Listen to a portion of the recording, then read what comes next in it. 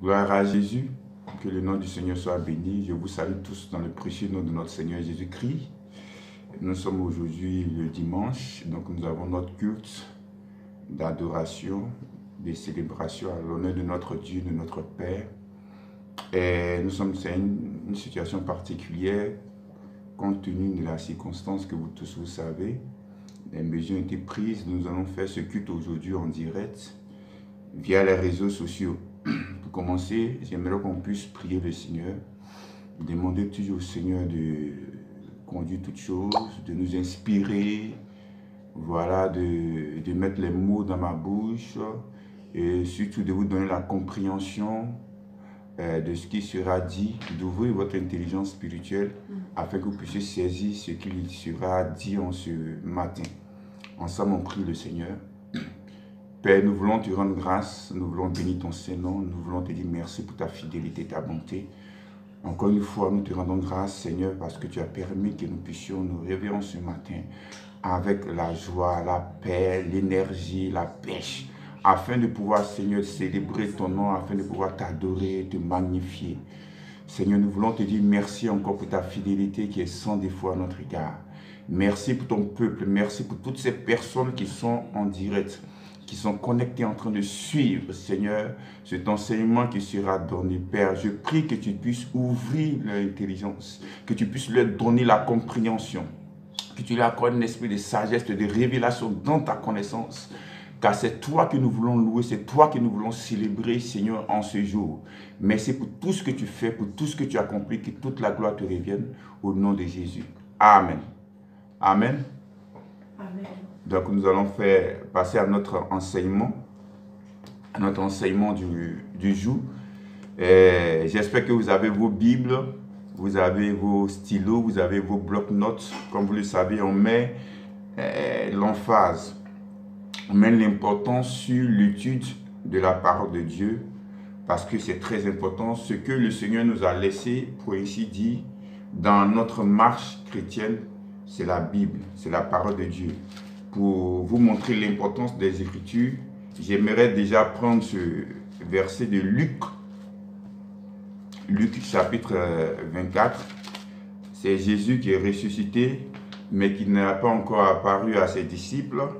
Et puis, voilà qu'il va se révéler à Marie de Magdala. Ensuite, il va se révéler aux deux disciples sur le chemin d'Emmaüs. Et aussi bien avant celui-là, à Pierre, à Céphas. Donc, il va se révéler aux deux disciples qui étaient sur le chemin d'Emmaüs. Il y avait Cléopas et l'autre disciple, on n'a pas dit son nom. Donc, ouais, on fait chanter ensemble. Alléluia. Nous allons chanter ensemble, par la parole du Seigneur. Que Dieu vous bénisse. Et on va prendre donc Luc chapitre 24. On va prendre à partir du verset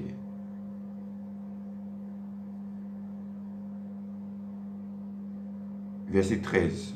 On va faire une longue lecture pour que vous puissiez comprendre. Luc 24 à partir du verset 13. Et voici ce même jour, deux disciples allaient à un village nommé Emmaüs, éloigné de Jérusalem de 60 stades. Et ils s'entretenaient de tout ce qui s'était passé. Pendant qu'ils parlaient et discutaient, Jésus s'approcha et fit route avec eux. Mais leurs yeux étaient empêchés de le reconnaître. Il leur dit, de quoi vous entretenez-vous en marchant, pour que vous soyez tout tristes? L'un d'eux, nommé Cléopas, lui répondit, es-tu le seul qui, séjournant à Jérusalem, ne sache pas ce qui est arrivé ces jours-ci? Quoi, le dit-il? Et lui répondit, ce qui est arrivé au sujet de Jésus de Nazareth, qui était un prophète puissant en œuvre et en parole devant Dieu et devant tout le peuple. Et comment les principaux sacrificateurs, nos magistrats, l'ont livré pour le faire condamner à mort et l'ont crucifié. Nous espérions que ce serait lui qui délivrerait Israël. Mais avec tout cela, voici le troisième jour que ces choses se sont passées. Verset 22. Il est vrai que quelques femmes d'entre nous ont fort étonnés, s'étant rendues du grand matin au sépulcre. Et n'ayant pas trouvé son corps, elles sont venues dire que des anges leur sont apparus et ont annoncé qu'il est vivant. Verset 24. Quelques-uns de ceux qui étaient avec nous sont allés au sépulcre et ils ont trouvé les choses comme les femmes l'avaient dit. Mais lui, ils ne l'ont point vu. Verset 25. Alors Jésus leur dit, ô hommes sans intelligence et dont le cœur est lent à croire tout ce qu'ont dit les prophètes. Verset 26, ne fallait-il pas que le Christ souffrit ces choses et qu'il entra dans sa gloire? Verset 27, et commençant par Moïse et par tous les prophètes. Moïse ici, ce sont les 5 livres que Moïse a écrits, c'est pourquoi ils ont dit le nom Moïse. Quand vous voyez dans la Bible, surtout dans la partie du Nouveau Testament, si vous voyez le mot Moïse, Moïse veut dire plusieurs choses selon le contexte. Moïse, ça peut être la personne de Moïse. Moïse, ça peut être la loi de Moïse. Moïse, ça peut être les 5 livres que Moïse a écrits. Dans ce contexte ici, ce sont les 5 livres que Moïse a écrits. C'est-à-dire Genèse, Exode, Lévitique, Nombre, Deutéronome. Donc on dit, et commençant donc par Genèse, Exode, Lévitique, Nombre, Deutéronome, on peut dire ça ici, et par tous les prophètes, il leur expliqua dans toutes les Écritures ce qui les concernait. Quand on voit le mot écriture dans le contexte, ce sont les livres de l'Ancien Testament, de Genèse jusqu'à Malachie. Donc il va prendre ces livres-là, il va commencer à leur expliquer dans ces livres-là les choses qui le concernaient lui. C'est-à-dire donc dans les livres de l'Ancien Testament, il y a des choses qui ne concernent pas Jésus. Il y a des choses qui n'ont aucune relation avec le Seigneur Jésus. Pourquoi? C'est vrai de lire la Bible. Lorsque nous lisons la Bible, nous grandissons dans les choses de Dieu, nous grandissons spirituellement. Mais ce qui nous permet de grandir spirituellement, ce sont les choses de la Bible qui sont écrites concernant Jésus-Christ. Parce que la connaissance est basée sur ce que Christ a fait, sur l'œuvre de Christ pour nous. Et verset 28, lorsqu'il fut près du village où ils allaient, il parut vouloir aller plus loin, mais il le pressait en disant, reste avec nous car le soir approche, le jour est sur son déclin, et il entra pour rester avec eux. Verset 30, pendant qu'il était à table avec eux, il prit le pain, et après avoir rendu grâce, il le rompit et le leur donna. 31, alors leurs yeux s'ouvrirent, et ils le reconnurent, mais il disparut de devant eux. Donc Jésus a disparu lorsqu'ils l'ont reconnu. Donc Jésus ne s'est pas révélé à eux ouvertement. Lorsque Jésus est venu vers eux, leurs yeux étaient empêchés de voir Jésus, nous dit la parole de Dieu. Shalom frère, la parole de Dieu déclare que leurs yeux étaient empêchés de pouvoir le reconnaître. Mais quand Jésus va leur expliquer les choses qui concernent le Messie, les choses qui concernent le Christ, donc il le concerne lui, finalement leurs yeux vont s'ouvrir. Et lorsque les yeux vont s'ouvrir, qu'ils vont le reconnaître, il va disparaître. Pourquoi? Parce que Jésus voudrait qu'on puisse le reconnaître au travers des Écritures. C'est au travers des Écritures que nous allons reconnaître Jésus, que nous allons voir Jésus, que nous allons comprendre le Messie.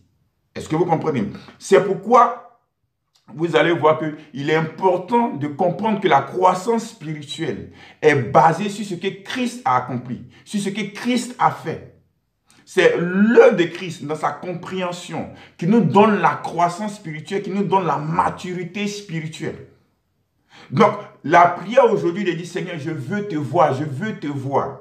La véritable prière, la manière dont Dieu exauce cette prière, c'est au travers de ta méditation des Écritures. Tu vas voir Christ lorsque tu médites les Écritures. Christ voudrait que tu le découvres. Christ voudrait que tu le comprennes au travers des Écritures, au travers de la Bible. C'est pourquoi il est important de méditer sa Bible, de méditer la parole écrite de Dieu. C'est au travers de cela que tu vas comprendre la profondeur de l'œuvre de Christ. C'est au travers de la méditation de la Bible, des Écritures, que tu vas comprendre ton identité en Christ. Parce que plus tu connais Christ, plus tu te connaîtras toi-même. Car la Bible déclare que tel que Jésus est, tel que nous le sommes. Et la Bible déclare que la Bible est comme notre miroir. Le miroir reflète ce que tu es. Donc, dans la Bible, tu découvres qui tu es en Christ. Tu découvres ton héritage, tu découvres ton identité. Parce que la nouvelle alliance aussi, c'est aussi quoi? Un testament. Qui dit testament parle de quoi? Héritage. Donc, ton héritage également. Donc, tu découvriras toutes ces choses au travers des Écritures. Donc, Jésus veut se faire connaître à nous au travers des Écritures. C'est important. Alléluia. Donc, ce n'est pas toi qui vas méditer. C'est pas du moins Dieu qui va méditer la Bible pour toi. Ce n'est pas le Saint-Esprit qui va méditer la Bible pour toi. C'est toi qui dois méditer la Bible. C'est ton rôle. C'est à toi de pouvoir le faire. C'est pourquoi Dieu va dire à Josué que ce livre de la loi ne s'éloigne point de ta bouche. Médite-le. Médite-le jour et nuit. Médite-le. Le verbe qui est utilisé ici, c'est un verbe à quel temps? À l'impératif. On a toujours dit à l'école que l'impératif traduit quoi? Un commandement, un ordre. Donc, c'est ta responsabilité de méditer, d'étudier les Écritures. Ce n'est pas au Saint-Esprit d'étudier les Écritures pour toi, mais c'est à toi d'étudier les Écritures.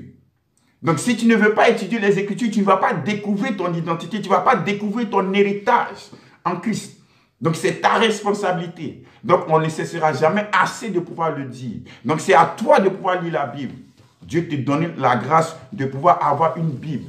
C'est le temps de pouvoir étudier, méditer, lire la Bible, surtout dans ces circonstances-là, où tu es beaucoup chez toi à la maison là-bas. Alléluia. Regardez. Vous savez, depuis quelque temps, nous sommes en train d'étudier le sujet de la prière. Ce que c'est que la prière. Nous avons parlé quelques dimanches en arrière de ce que c'est que la prière. Pourquoi? Parce que la doctrine est importante dans le corps de Christ. Ce qui te permet de pouvoir grandir aussi dans le Seigneur, c'est au travers des enseignements. Pas seulement des prédications, mais au travers des enseignements. L'enseignement que tu reçois te permet de pouvoir grandir, de pouvoir croître spirituellement. Si tu n'écoutes pas les enseignements, il te sera difficile de pouvoir grandir spirituellement. Non seulement tu médites les Écritures, mais Dieu a donné la grâce à certaines personnes de pouvoir nous enseigner. Et ces enseignements peuvent nous donner de pouvoir grandir, de pouvoir croître spirituellement. C'est important de comprendre cela. Donc, lorsque nous faisons des enseignements, on fait des enseignements sur certains thèmes. Donc, on fait des enseignements doctrinaux sur la doctrine. La doctrine qui ne veut rien dire d'autre que l'enseignement aussi. Donc, l'enseignement suit des doctrines. Donc, nous avons vu la doctrine de la prière. On a déjà étudié plusieurs thèmes, tels que l'Église et autres choses, tels que la dîme, les offrandes de la Nouvelle Alliance, pour nous, en tant que chrétiens. Donc, nous voyons aussi la prière, ce que c'est que la prière. Qu'est-ce qu'on a dit? On a dit que la prière est d'abord, il faut comprendre la prière étant d'abord comme une relation avec Dieu, une communication avec ton Père. La prière, ce n'est pas d'abord aller demander des choses. La prière, ce n'est pas d'abord aller exiger des choses. La prière, c'est d'abord une communication entre toi et ton Père. C'est d'abord une relation entre toi et ton Père. C'est d'abord relation. Pense à relation. Tu vas parler à ton Père. Tu vas discuter avec ton papa. C'est ça la prière. C'est la raison d'être d'abord de la prière. C'est pourquoi la Bible déclare que Jésus-Christ nous a réconciliés avec le Père. Pourquoi? Parce que nous étions distants. Nous étions éloignés de Dieu à cause de nos péchés. Mais par la mort, l'ensevelissement et la résurrection de Christ, nous avons maintenant été réconciliés avec Dieu. Nous avons maintenant la relation avec Dieu. Dieu n'est plus éloigné pour nous. Dieu ne se trouve plus au ciel. C'est-à-dire, Dieu n'est pas très distant de nous. Non, Dieu est en nous. Dieu est à proximité de nous. Dieu est avec nous. Et nous sommes en Dieu parce que nous sommes réconciliés avec Dieu. Dieu vit désormais en nous, dans notre cœur, dans notre esprit. Donc nous avons cette relation avec Dieu. Donc lorsque tu pries, sache que tu es dans une communication avec le Père, que tu parles à ton papa, à ton Père. À chaque fois que le Seigneur Jésus priait, Jésus disait, oh mon Père, oh mon Père. Donc la prière te donne de pouvoir manifester cette relation que tu as avec ton Père, avec ton papa. La prière, c'est d'abord ça. Comprends que tu dois avoir une relation, que tu dois avoir cette intimité avec ton Père, avec ton papa. Dieu n'est plus le Tout-Puissant, quand bien il est toujours le Tout-Puissant. Dieu n'est plus pour toi le El Shaddai, le Jéhovah Nissi, le Jéhovah Rapha. Dieu est d'abord pour toi ton Père. Il est ton papa. C'est pourquoi la Bible déclare que l'Esprit qui est en nous crie quoi? Abba. Abba qui veut dire papa. Donc, vois cette proximité, cette intimité que tu as avec Dieu qui est désormais ton Père. Donc, Dieu vit en toi. Dieu habite en toi. Dieu est désormais avec toi. Donc, tout ce que Dieu te demande, c'est de communiquer avec lui. C'est de discuter avec lui. C'est d'être en relation avec lui. Est-ce que tu comprends? La prière, c'est d'abord avoir cette relation avec le Père. Avoir cette communication avec ton Père, avec ton papa, avec ton Abba. Parce que Dieu veut parler avec toi. Dieu veut discuter avec toi. Dieu veut avoir des entretiens avec toi. Dieu veut avoir une communication avec toi. Parce qu'il est désormais ton Abba. À cause de ce que Christ a accompli à la croix. Jésus, lorsqu'il venait dans ce monde, il était le Fils unique de Dieu. Car Dieu a tant aimé le monde qu'il a donné son Fils unique, afin que quiconque croit en lui ne périsse point, mais qui ait la vie éternelle. Mais après sa résurrection, Jésus a fait de nous aussi des fils. Il n'est plus le fils unique de Dieu. Dieu a désormais plusieurs fils et tu en fais partie, toi qui as mis ta foi en Christ. Et comme tu es désormais le fils de Dieu, donc tu peux appeler Dieu maintenant ton Père. Si toi tu es le fils, c'est que lui, il est ton Père. C'est pourquoi la Bible déclare à tous ceux qui l'ont reçu, à tous ceux qui croient en son nom, Jean 1, verset 12, il leur a donné le pouvoir de devenir enfant de Dieu. Donc tu es enfant de Dieu. Tu es fils de Dieu. Donc Dieu est ton Père, il est ton papa, il est ton Abba. C'est important de comprendre ça. C'est ça la prière. Dieu, ce qu'il veut, c'est d'avoir une communication avec toi. Ne viens pas toujours vers ton papa. Papa, je veux ça, je veux ça, je veux ça, je veux ça. Il va te le donner, ça c'est clair. Mais n'oublie pas que ton papa est d'abord ton Père. Ce qu'il veut, c'est une intimité avec lui. C'est cette relation avec lui. Il faut que tu saisisses cela. Dieu veut communiquer avec toi. Dieu veut discuter avec toi. Comme un père discute avec son fils. Gloire à Dieu. C'est important de comprendre cela. Et la deuxième chose que nous avons dit aussi dans la prière, c'est que la Bible déclare dans Jacques 5, verset, on va lire, Jacques chapitre 5, verset 16. Confessez donc vos péchés les uns aux autres et priez les uns pour les autres afin que vous soyez guéris. La prière fervente du juste a une grande efficacité. Donc on a dit que bon, dans ce texte, on va confesser donc vos péchés les uns les autres. Confessez donc vos péchés les uns aux autres. Ici, on n'a pas demandé de confesser les péchés à Dieu, mais de confesser les péchés aux uns aux autres afin que nous soyons guéris. On parle de notre relation avec les hommes. Notre relation avec Dieu, il n'y a plus aucune barrière. Pourquoi? Parce que Christ est mort. Il a ôté le péché. La Bible déclare que l'iniquité nous a séparés de Dieu. Donc c'était le péché qui nous séparait de Dieu. Mais Christ, comme Jean-Baptiste a dit dans Jean 1, verset 29, voici l'agneau de Dieu qui ôte le péché du monde. Donc de par sa mort, de par son ensevelissement, de par sa résurrection, Christ a ôté le péché. Christ a enlevé la barrière qui était entre Dieu et nous. Donc Dieu, il n'y a plus de barrière entre Dieu et nous. Nous sommes réconciliés avec Dieu, comme je l'ai dit tout à l'heure. Donc il n'y a plus de problème de péché. Mais maintenant, la Bible déclare que nous devons confesser nos péchés les uns aux autres. Parlant de notre relation avec les hommes. La relation avec Dieu, il n'y a plus de problème. Elle est harmonieuse, elle est parfaite. Mais dans notre relation avec les autres, il peut avoir qu'on peut offenser notre prochain, qu'on peut offenser l'autre. Donc il est important de pouvoir avouer à l'autre ce que nous avons fait. Confesser nos péchés à l'autre, afin que l'autre puisse nous pardonner, que notre relation soit rétablie, notre relation soit revenue à la normale, soit redevienne harmonieuse. Donc nous devons confesser nos péchés les uns aux autres. Amen. Ici, ce qui nous intéresse, la prière fervente du juste a une grande efficacité. On dit, si tu veux que ta prière soit efficace, il faut que tu comprennes que tu es juste. On n'a pas dit la prière fervente du bishop ou de l'évêque, ou du prophète, ou de l'apôtre. On n'a pas dit la prière fervente du pape. On dit la prière fervente du juste.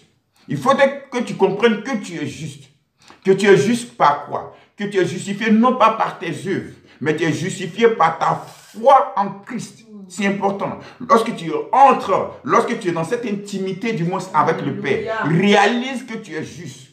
Réalise que ta relation avec Dieu, elle est harmonieuse, elle est parfaite. Qu'il n'y a point de problème entre Dieu et toi. Vous savez, un homme de Dieu a dit, le problème pour l'Église dans ces époques, ce n'est pas le péché. Mais c'est la conscience du péché. C'est Kenyon qui a dit ça. Il dit, le problème dans l'église, ce n'est pas le péché, mais c'est la conscience du péché. C'est-à-dire quoi? Christ a déjà géré le problème du péché. Christ a déjà traité le problème du péché. Le problème du péché n'existe plus entre Dieu et nous. Au regard de Dieu, il n'y a plus de problème.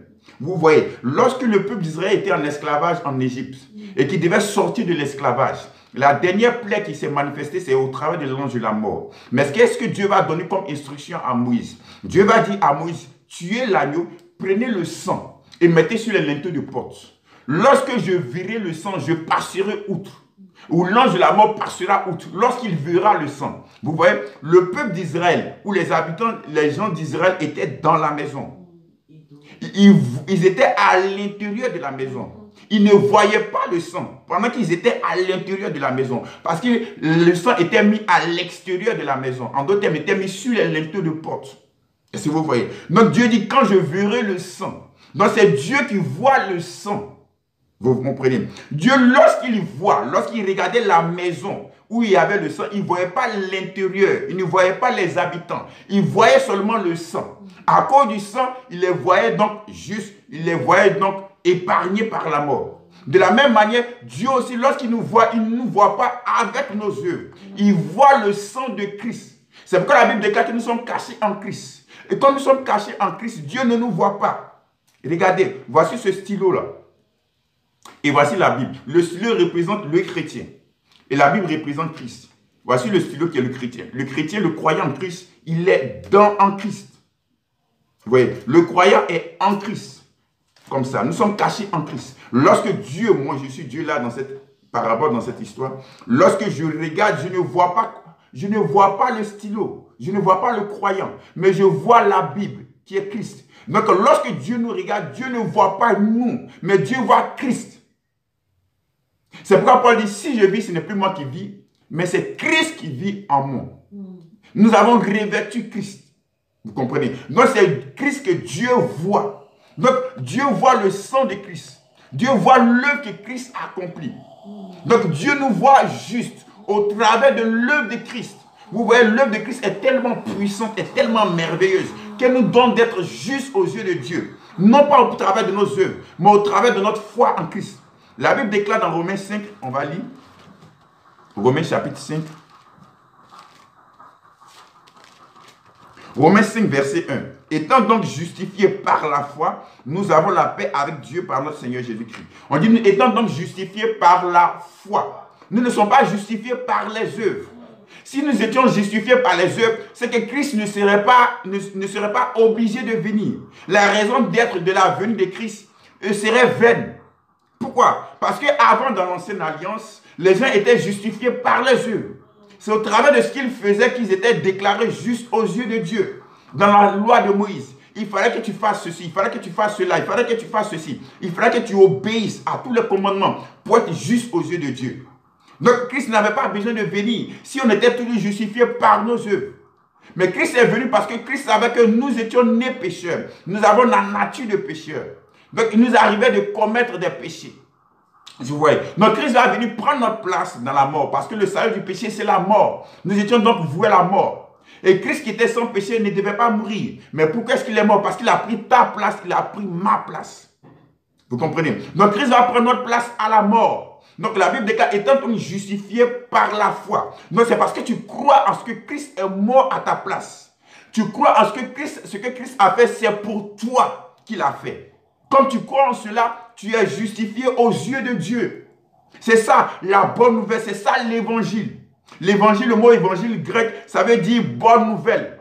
Autant des Grecs, ou contemporains des Grecs en ce temps-là, qui le mot était utilisé, c'est-à-dire une nouvelle qui est trop belle, qui est trop bonne pour être vraie. C'est tellement merveilleux comme nouvelle qu'on dit, waouh, on a du mal à croire. Effectivement, c'est ça l'évangile. On dit, si tu crois seulement au Seigneur Jésus-Christ, tous tes péchés te sont pardonnés. Nous recevons la justification par la foi. La justification devant comme quoi? Un cadeau, un don que Dieu nous accorde. Et si vous comprenez, c'est ça la bonne nouvelle de Christ. C'est ça l'évangile de Jésus-Christ. Ce que Christ a fait est mis à notre compte. C'est pour nous. Donc nous sommes justifiés non pas par mérite. Nous sommes justifiés par grâce au travers de notre foi en Christ. Donc dans la prière, il faudrait que tu comprennes que tu es juste aux yeux de Dieu. Que tu es juste. Que tu es juste, que tu es juste. Dieu veut que tu comprennes cela. Parce que si tu ne comprends pas que tu es juste en Christ, tu vas te condamner. La culpabilité, la condamnation sera en toi. Et lorsque tu rentreras dans l'intimité, lorsque tu seras dans cette intimité avec ton Père, tu ne pourras pas manifester ta foi comme il se doit. Pourquoi? Parce que l'ennemi va envoyer des pensées de culpabilité. Toi, tu penses que tu vas recevoir ça. Tu penses que Dieu t'exauce. Tu penses que Dieu va faire ça. Ce n'est pas toi qui as fait ceci, ce n'est pas toi qui as fait cela. Et à cause de cela, tu seras toujours dans la conscience du péché. Et si vous comprenez. Mais ce que Dieu veut, c'est que tu sois dans la conscience de la justice, que tu es juste aux yeux de Dieu, que ta relation avec Dieu, elle est harmonieuse, elle est parfaite. C'est ce que la justice veut dire. La justice veut dire que tu es en règle vis-à-vis de Dieu. Lorsque Dieu te voit juste. Dieu te voit parfait. Dieu te voit en règle avec lui, à cause de ce que Christ a accompli pour toi. Donc la prière fervente du juste a une grande efficacité. Donc, tant que tu n'as pas compris que tu es juste, ta prière ne sera pas aussi efficace qu'elle devait être. Donc, comprends ce matin que tu es juste au travers de ta foi en Christ. Ce que Christ a fait est mis sur ton compte. C'est pourquoi Dieu te voit juste. C'est pourquoi dans la prière, lorsque nous prions, nous disons au nom de Jésus. C'est-à-dire, on ne vient pas sur la base de nos œuvres, mais on vient sur la base de ce que Christ a fait. C'est ce que le fait de venir vers le Père en disant au nom de Jésus signifie. C'est-à-dire, Père, je viens vers toi, non pas sur la base de ce que j'ai fait, sur la base de mes œuvres, sur la base de mes bonnes actions, non, sur la base de ce que Christ a accompli, sur la base du sang de Jésus. C'est pourquoi, lorsque Abel et Caïn se sont approchés de Dieu, Dieu a agréé l'offrande d'Abel. Pourquoi? Parce que Caïn est venu vers Dieu. Il a offert à Dieu quoi? Le fruit de la terre. Donc, il a offert à Dieu quoi? L'œuvre de ses mains, le fruit de sa sueur, de sa transpiration, le fruit de ses œuvres. Il dit, voilà ce que je fais. Par rapport à ce que j'ai fait, voilà, je suis venu te donner ça. Mais la Bible déclare qu'Abel est venu vers Dieu comment? Il est venu vers Dieu sur la base de l'agneau qu'il avait sacrifié, du sang de l'animal. Le sang de l'animal ici qu'il avait sacrifié était la préfiguration de ce que Christ allait venir faire. Donc, en d'autres termes, prophétiquement parlant, il est venu sur la base de l'œuvre que Christ allait accomplir. Parce que Christ était l'agneau de Dieu. C'est pourquoi Dieu a approuvé Abel. Et il a désapprouvé qui? Caïn. Donc lorsque tu viens vers le Père, tu viens sur la base de l'œuvre de Christ. Tu ne dis pas, Seigneur, tu vois, comme le pharisien, dans la parabole de Luc chapitre 18, on va voir ça. On va revoir Luc chapitre 18. À partir du verset 9, il dit encore cette parabole en vue de certaines personnes se persuadant qu'elles étaient justes, une ne faisant aucun cas des autres. Deux hommes montèrent au temple pour prier. L'un était pharisien et l'autre publicain. Le pharisien debout, c'est Luc chapitre 18, on est verset 11 maintenant. Le pharisien debout priait ainsi en lui-même. Ô Dieu, je te rends grâce de ce que je ne suis pas comme le reste des hommes, qui sont ravisseurs, injustes, adultères ou même comme ce publicain. Je jeûne 2 fois la semaine. Je donne la dîme de tous mes revenus. Le publicain, je donne la dîme de tous mes revenus. Verset 13. Le publicain se tenant à distance, n'osait même pas lever les yeux au ciel, mais se frappait la poitrine en disant, « Ô Dieu, sois apaisé envers moi qui suis un pécheur. Je vous le dis, celui-ci descendit dans sa maison justifié plutôt que l'autre, car quiconque s'élève sera abaissé et celui qui s'abaisse sera élevé. » Donc celui qui s'élève, c'est celui qui vient avec ses propres œuvres. Donc vous avez vu, le pharisien dit, Seigneur, je ne suis pas comme les autres hommes. Moi, je ne suis pas ravisseur, je ne suis pas adultère, je ne suis pas injuste, je ne suis pas même comme ce publicain-là, comme ce mauvais homme. Non, non, non, je ne suis pas comme lui. Parce que je jeûne 2 fois la semaine. Parce que je donne la dîme de tous mes revenus. Donc, lorsque tu viens vers le Père dans l'intimité de la prière, tu ne viens pas sur la base de ce que tu as fait. Tu ne dis pas, Seigneur, tu vois, moi je jeûne 3 fois, moi je donne la dîme, moi je fais... Non, non, non, ce n'est pas sur cette base-là que tu fais. Ce sont des bonnes œuvres, mais tu ne t'appuies pas sur ces bonnes œuvres dans ton intimité avec le Père. Tu t'appuies sur ce que Christ a fait. On dit ici, il a dit, oh, réalise ce que le publicain a dit. Oh Dieu, sois apaisé envers moi qui suis un pécheur. Le mot ici apaiser, le verbe ici apaiser en grec, fait référence au sacrifice d'expiation qu'on fait. Donc, c'est-à-dire, il est venu sur la base du sacrifice vers le Père. Donc, il n'a pas présenté lui ses œuvres, mais il a présenté le sacrifice qui était la représentation de Christ. Donc, il est venu sur la base de l'œuvre que Christ a accomplie. Alors que le pharisien est venu sur la base de lui ses œuvres, de ses bonnes œuvres. C'est pourquoi Christ a dit dans cette parabole que c'est qui sera approuvé? C'est le publicain qui sera approuvé. Pourquoi? Parce qu'il est venu sur la base du sacrifice de Christ, de façon préfigurée. Est-ce que vous comprenez? Donc vous comprenez qu'en tant qu'enfants de Dieu, nous sommes appelés à faire de bonnes œuvres. La Bible déclare que nous sommes l'ouvrage de Dieu, créé en Christ pour de bonnes œuvres. Donc la nature du chrétien, c'est de bonnes œuvres. C'est ce qui est naturel pour toi en tant que chrétien, en tant que croyant. C'est de faire de bonnes œuvres. Donc le fait de faire de bonnes œuvres n'est pas un argument devant Dieu pour dire, tu vois, j'ai fait ça. Non. Dieu, quand tu fais de bonnes œuvres, Dieu trouve ça naturel. Parce que Dieu t'a créé en Christ pour de bonnes œuvres. Donc les bonnes œuvres sont les choses naturelles que tu dois faire. C'est quand tu fais de mauvaises œuvres que ça doit être non, c'est bizarre. Est-ce que vous comprenez?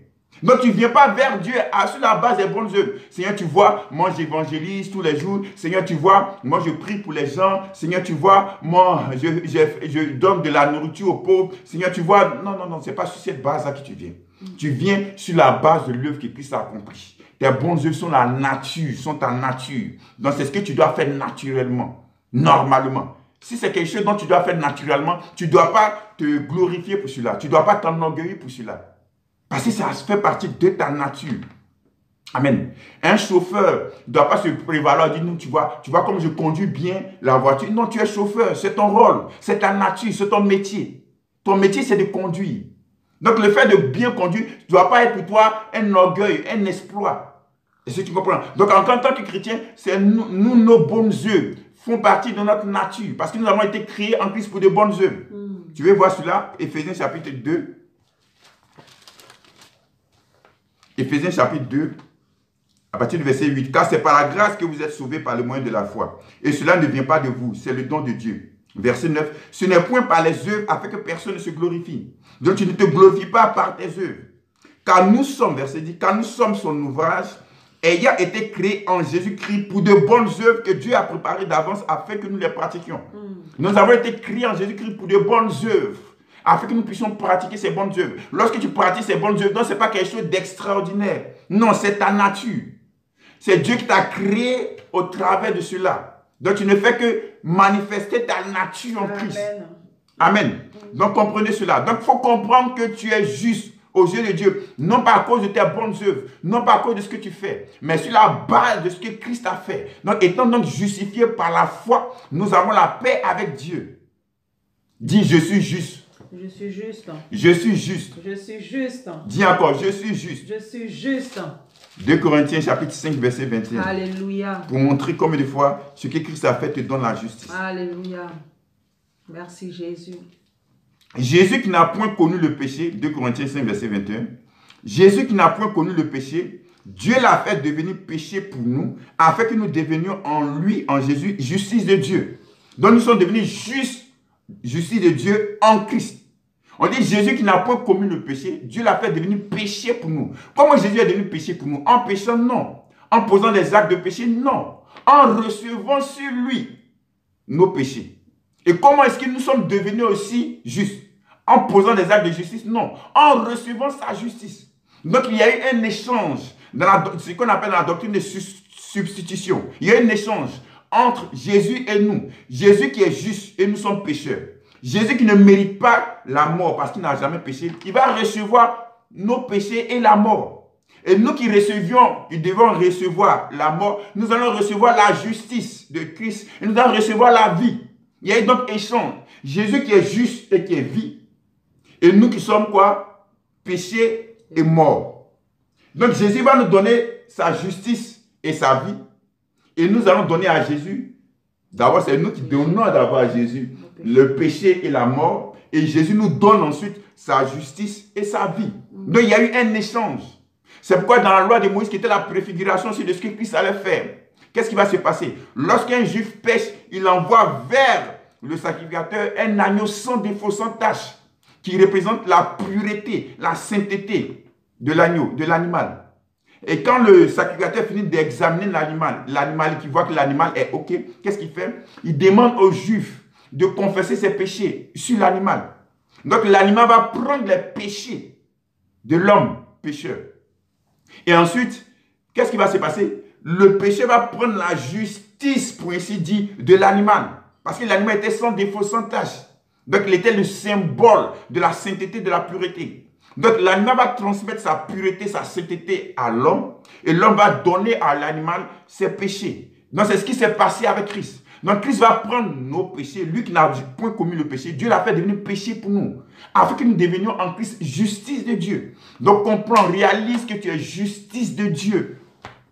Que tu es juste aux yeux de Dieu.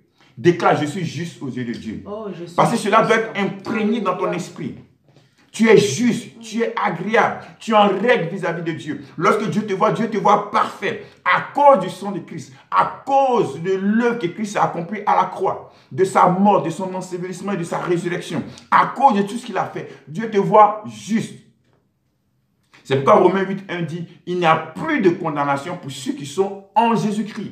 Du moment où tu es en Jésus-Christ, tu es en Christ, tu es dans la justice. Et étant dans la justice, tu ne peux pas marcher dans la condamnation, dans la culpabilité. Dis Amen pour cela, pour ce que Christ a fait pour toi. Donc la prière fervente du juste a une grande efficacité. Donc comprends que tu es juste. Donc ce que le Seigneur veut que tu réalises, c'est que tu es juste. On dit que les yeux de Dieu sont sur le juste. Les oreilles de Dieu sont attentives au juste. Donc comprends que tu es juste pour que ta foi puisse se manifester pleinement et puissamment. Pour voir la puissance de Dieu se manifester lorsque tu pries. Gloire à Dieu. Donc comprends que tu es juste. Ça c'est important de comprendre cela. On a vu aussi dans Jacques chapitre 1. On va parler ici de la nature de celui-là même avec qui tu pries. Jacques chapitre 1. Verset 5. Si quelqu'un d'entre vous manque de sagesse, qu'il la demande à Dieu, qui donne à tous simplement et sans reproche, et elle lui sera donnée. Donc Jacques ici met en face quoi? Le caractère de Dieu. Lorsque tu es en train de prier ton Père, il faudrait que tu connaisses la nature de ton Père. Il faudrait que tu connaisses la personnalité de ton Père. On dit, lorsque vous priez, si tu demandes quelque chose que tu pries, comprends que Dieu donne à tous simplement et sans reproche. Lorsque tu es dans l'intimité avec ton Père, ne pense pas que ton Père est en train de dire, voilà, tu as fait ça, tu as fait ça, tu as fait ça, tu as fait ça. Ton Père va te reprocher des choses. Non. Dieu ne te met pas dans la culpabilité. Dieu ne te met pas dans la condamnation. On dit, donne à tous, simplement. Dieu, c'est un Dieu de la simplicité. Et sans reproche. Donc, on dit, Dieu est un Dieu qui donne. Lorsque tu lis ce texte en grec, on dit, Dieu est un Dieu qui donne. Dieu est un Dieu libéral. C'est un Dieu qui est généreux. Ici, l'apôtre Jacques met l'accent de quoi? De la libéralité, du caractère libéral de Dieu, de la générosité de Dieu. Dieu n'est pas méchant en un mot, ce qu'il est en train de te dire. Dieu n'est pas mauvais. Dieu n'est pas ce genre de Dieu que les gens ont l'habitude de décrire. Les gens ont l'habitude de voir. Il faudrait que ta conception de Dieu change. C'est pourquoi Jésus-Christ est venu te révéler Dieu étant comme le Père. Ton Père, c'est qui? Ton Père, c'est celui-là qui est la source. Ton Père, c'est qui? C'est celui-là qui pourvoit tes besoins. Ton Père, c'est qui? C'est celui-là qui te protège. Ton Père, c'est qui? C'est celui-là même qui te donne ce dont tu as besoin. Qui achète ce dont tu as besoin pour toi. C'est celui qui prend soin de toi. C'est celui qui est bon en un mot à ton égard envers toi. Le Père idéal. Donc Jésus-Christ veut que tu reconnaisses Dieu comme étant ton Père. Dieu étant comme celui-là même qui est généreux, qui est libéral. Donc, vois Dieu comme étant un Dieu qui est bon, qui est général. Généreux plutôt. Ne vois pas un Dieu qui est mauvais, qui est méchant. Non. Dieu n'est pas mauvais, Dieu n'est pas méchant. Dieu n'est pas ce que les gens disent. Non, vous voyez, ce fleuve qui est en train d'arriver, cette épidémie, c'est Dieu qui envoie cette épidémie pour frapper. Non, ce n'est pas Dieu. Ce n'est pas Dieu. Dieu n'est pas méchant, Dieu n'est pas mauvais. Dieu n'est pas comme ça. C'est une mauvaise conception de Dieu. C'est pourquoi lorsque Christ est venu prêcher, la première prédication de Christ, lorsque les apôtres ont prêché, la première prédication des apôtres, c'était quoi? Repentez-vous. Le verbe repentir en grec, c'est quoi? Métanoïa, ça veut dire changer de mentalité, changer de pensée, changer de conception, change ta manière de voir. Donc Christ est en train de dire, les apôtres sont en train de dire, et moi je suis en train de te dire, change ta manière de voir Dieu. Change ta manière de concevoir Dieu. Lorsque tu es dans ton intimité, ne vois pas Dieu comme étant Dieu méchant, Dieu mauvais. Comment tu peux dire, Seigneur, je veux que tu me guérisses parce que je suis malade. Je veux la guérison. Et en même temps, tu dis, Seigneur, peut-être que la guérison, cette maladie du moins, est ta volonté pour m'enseigner quelque chose. Comment tu peux demander à Dieu de te guérir et puis tu dis, Seigneur, c'est peut-être ta volonté pour m'enseigner quelque chose. Comment ce même Dieu-là, tu peux obtenir quelque chose de lui? Non. C'est pourquoi, regardez, le verset suivant qui dit, Jacques 1, verset 6, « Mais qu'il la demande avec foi sans douter, car celui qui doute est semblable au flot de la mer, agité par le vent et poussé de côté et d'autre. Qu'un tel homme ne s'imagine pas qu'il recevra quelque chose du Seigneur. C'est un homme irrésolu, inconstant dans toutes ses voies. » C'est-à-dire, c'est quelqu'un qui est double dans ses pensées. Le verbe douter, s'il ne doute pas, c'est en grec diakrino. Diakrino, ça veut dire que tu as la confusion dans ton esprit. Tu as une double manière de voir la même chose. C'est comme si tu disais que, vous voyez, que ça, c'est rose et c'est en même temps vert. Tu vois deux couleurs sur ça, sur le rose qui est là. Tu dis non, c'est rose et vert. C'est rose et vert. C'est comme si tu étais un daltonien. Tu dis c'est rose et en même temps vert. C'est rose, mais c'est aussi vert. Non, c'est rose. C'est-à-dire, tu ne vois pas Dieu comme étant Dieu qui est méchant. Tu vois Dieu comme étant Dieu qui est bon. Donc, il y a des gens qui disent que Dieu peut envoyer la maladie aux gens pour leur enseigner des choses. Où tu as vu ça? Comment tu peux penser ça de ton père? Jésus va dire, vous les hommes qui êtes méchants, malgré votre méchanceté, lorsque votre enfant vous demande un poisson, est-ce que vous lui donnez un serpent? Lorsque votre enfant vous demande du pain, est-ce que vous donnez un caillou, une pierre? Non. Mais si vous les hommes, vous êtes méchants, vous savez faire de bonnes choses à vos enfants. À plus forte raison, votre Père qui est dans les cieux, comment ne vous donnera-t-il pas les bonnes choses? C'est comme si tu disais, si Dieu est capable de nous donner la maladie pour nous enseigner quelque chose, c'est comme si tu disais que toi, tu es plus bon que Dieu. C'est-à-dire ce que toi, tu ne peux pas faire, toi, humain. Malgré ta méchanceté, Dieu, lui, il est capable de pouvoir le faire. C'est ça, Jésus dit, comment tu peux penser ici de ton Père? Comment tu peux avoir un tel regard sur ton Père? Comment tu peux avoir une telle conception de ton Père? Comment tu peux dire que Dieu envoie la maladie? Dieu envoie les accidents pour nous enseigner. Dieu envoie le coronavirus pour nous enseigner. Non, comment tu peux penser ça de Dieu? Pour que Dieu te donne la maladie, il faudrait qu'il ait en lui la maladie pour pouvoir te le donner. Alors qu'on dit au ciel là-bas, il n'y aura ni pleurs, ni graissement de dents, ni mort. Ce qu'il n'est pas au ciel, c'est que ce n'est pas en Dieu. Parce que Dieu est au ciel. Dieu vivra l'éternité avec nous. Est-ce que vous comprenez dans le céleste? Donc comment tu peux dire que Dieu te donne la maladie, Dieu te donne les accidents? Ce n'est pas Dieu. Une fois je priais par rapport à cela, par rapport au caractère de Dieu, le Saint-Esprit était en train de me faire comprendre que si vous pensez ça de Dieu, que Dieu est capable de donner la maladie, des accidents, c'est Dieu qui a envoyé le tsunami, c'est Dieu qui a envoyé ceci, cela. Si vous êtes capable de penser ça de Dieu, en ce moment, le diable il fait quoi? Qu'est-ce que le diable il fait? Il est dans le repos. Le diable il est dans le repos, il croise les bras. Il dit, mais si vous pensez ça de Dieu, si c'est Dieu qui fait ça, c'est que le diable n'a plus rien à faire. Toi le croyant, tu as la révélation de Dieu et la révélation du diable. Celui qui n'a pas Christ n'a pas la révélation du diable. Pour lui, tout ce qui arrive, c'est Dieu, c'est Dieu, c'est Dieu. Mais toi qui es chrétien, tu as la révélation de Dieu et la révélation du diable.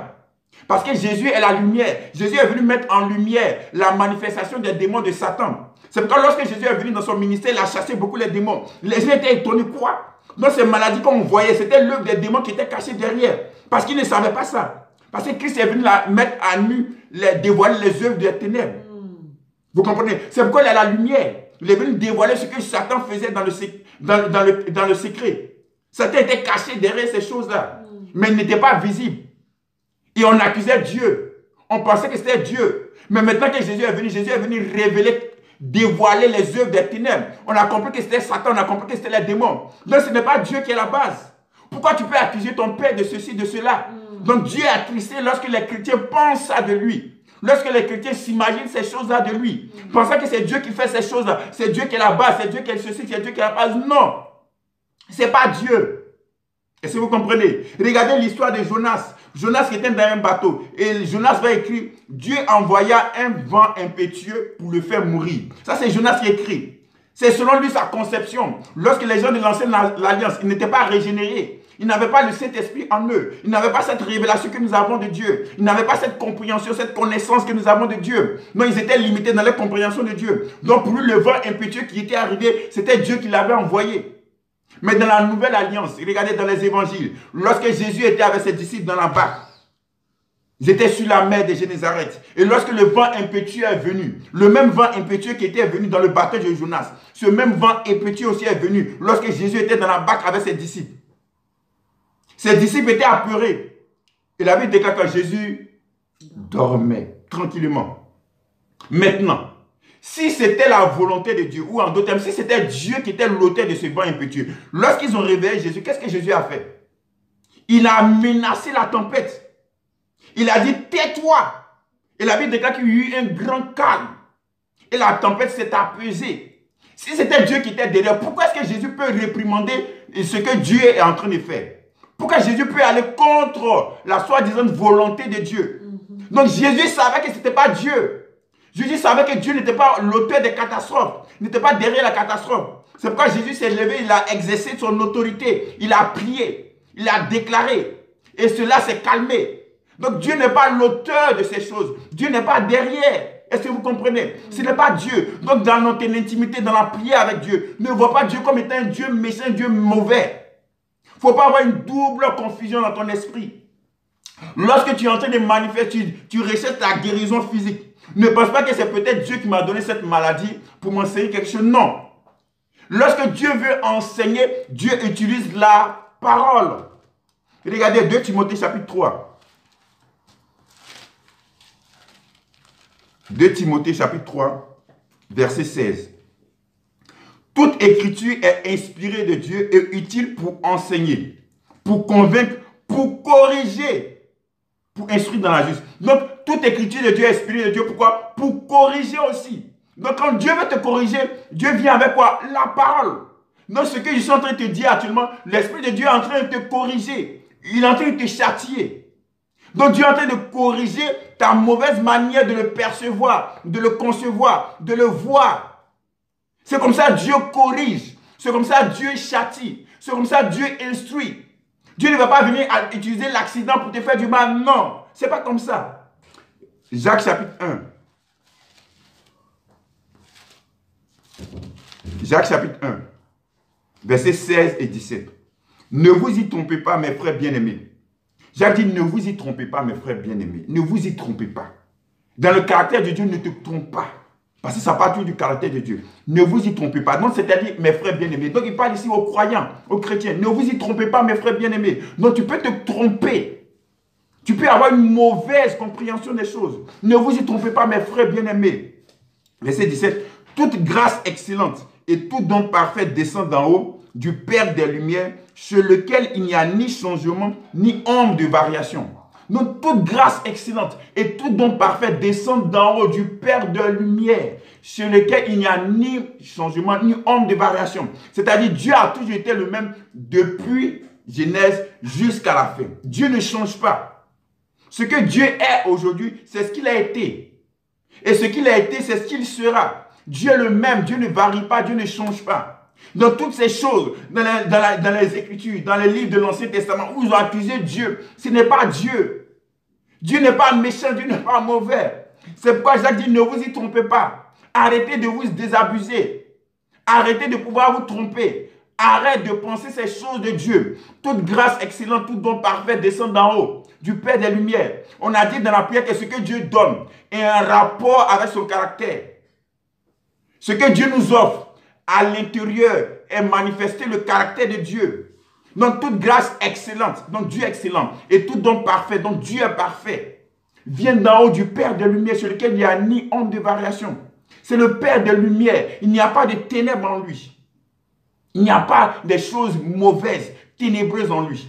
Donc il faut comprendre, lorsque tu es dans ton intimité avec Dieu, que ton Dieu est bon, que ton Dieu est merveilleux. C'est pourquoi tu peux te lever et prier contre ce fléau, contre cette épidémie.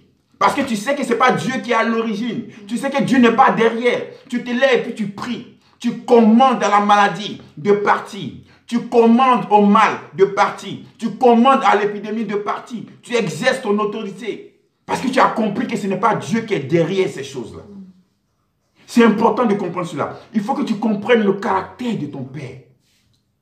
La personnalité de ton Père. On va lire 1 Jean chapitre 1. Regardez ce que l'apôtre Jean dit. L'apôtre Jean, c'est celui-là qui se faisait appeler le disciple bien-aimé, qui était parmi les 12 apôtres de Christ. Regardez le verset 5. Il dit le message que nous avons appris de lui, ou la nouvelle que nous avons apprise de lui, le message que nous avons appris de lui, et que nous vous annonçons, c'est que Dieu est lumière et qu'il n'y a point en lui de ténèbres. Le message que nous avons reçu de Christ, le message que nous savons, que nous avons appris de Jésus, c'est que Dieu est lumière et qu'il n'y a point en lui de ténèbres. Donc on avait une mauvaise compréhension de Dieu. C'est pourquoi Jésus-Christ est venu révéler la véritable identité, la véritable personnalité, le véritable caractère de Dieu. Jean 1, verset 18. Jean chapitre 1.